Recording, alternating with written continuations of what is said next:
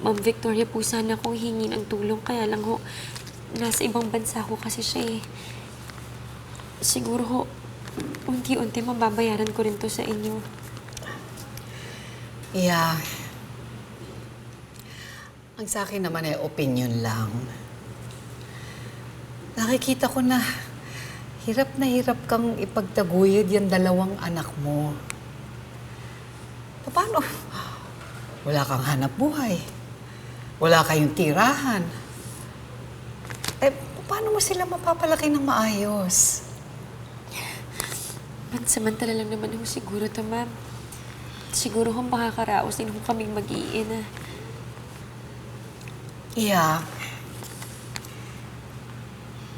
Ayaw ko namang ipamukha sa yung pagkukulang mo bilang magulang. Pero nakikita ko hirap na hirap ka na eh.